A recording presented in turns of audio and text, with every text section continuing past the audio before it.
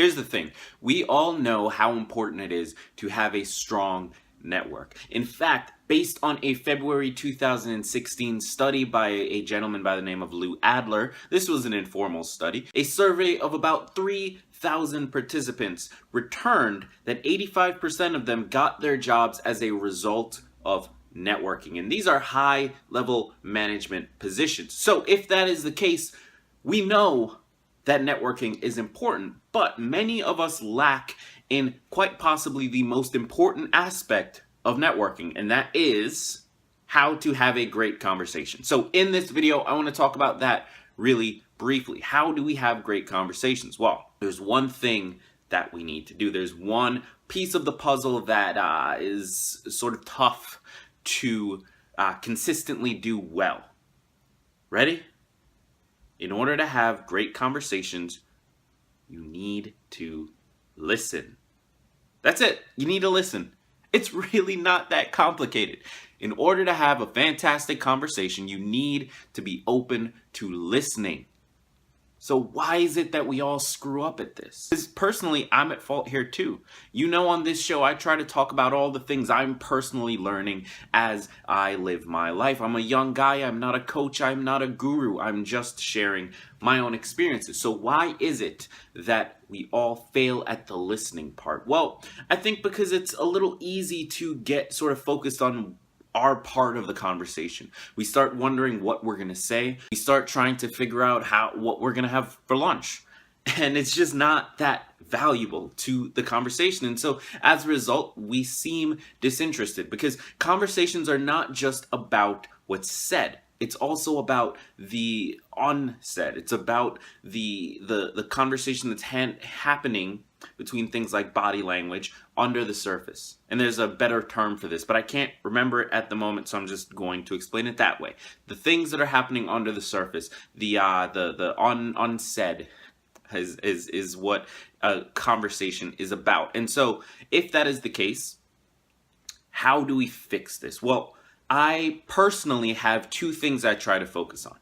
Two things I personally try to do in order to reinforce a conversation and make it more likely that it'll go a little bit better. So the first thing is to comment on things that the other person says when relevant. You see, I was just mentioning that conversations are also about the unsaid, the things that happen under the surface. Well, if I'm explaining something to you and your body language or your responses tell me that maybe you're not that interested, then I'm going to try and wrap the story up and I'm not going to give you much to jump off on when it's your turn to speak. However, if you're responding to me, if you are clearly engaged with your body language, if you're open to me, your shoulders are back, so on and so forth, then I'm more likely to keep going. I'm more likely to elaborate. I'm more likely to dive deeper into the content of my story or of the thing I'm telling you. And that gives you so much more to work with. And in addition to that, from your point of view, reacting to the things I'm saying makes it more likely that they'll stick in your head.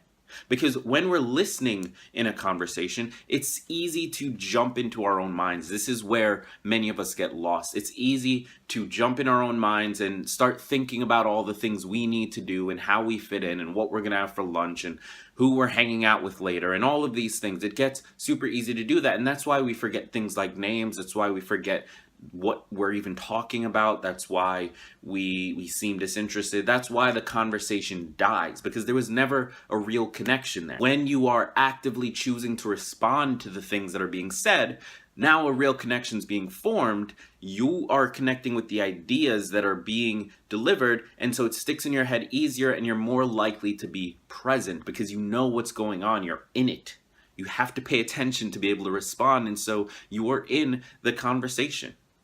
And then the second thing I personally like to do is share something of my own so that the other person is willing to share something of their own.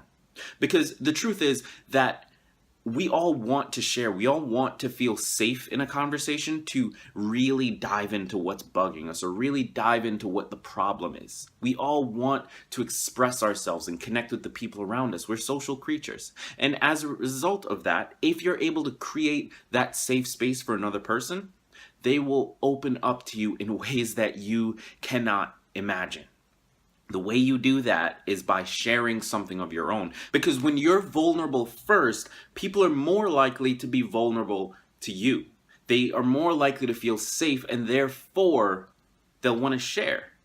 And it doesn't even have to be anything really that big. Like, even just sharing something small about yourself that the person would have never had a chance of knowing. If you can do that, then it creates a different environment in the conversation. It makes it more intimate. It allows them to feel safe. It allows you to feel safe. Everybody relaxes a little bit, and the conversation just goes so much better. So the next time you're in a networking scenario where you're talking to a girl or a guy that you like, if you want to be better at having good conversations, there's two things you need to do. Two things. You need to respond appropriately to the various things they're saying. So this is things like, yeah, oh yeah, no, I understand. I totally get, listen, I get it. Listen, I know, I get it. It's so true. So you do stuff like that. It's sort of this like vamping and, off the top, but you're responding to what they're saying. And then the second thing is you need to be more open with them, because if you can be open, they'll be open as well, and you'll start to just create this level of comfort in the conversation. Because ultimately what it comes down to, if you want to be good at having conversations, if you want to have better conversations, it's about comfort. It's about you feeling comfortable and the other person feeling comfortable, and creating that space for that moment so that the two of you can feel connected to each other and willing to share. So with that said, I've been Greg Clunis. Please hit subscribe, leave a comment below, hit the like button, hit the dislike if you disliked it for some reason.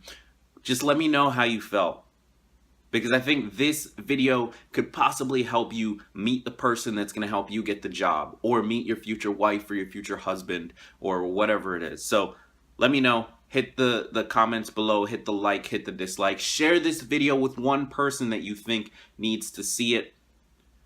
And I'll see you in the next video.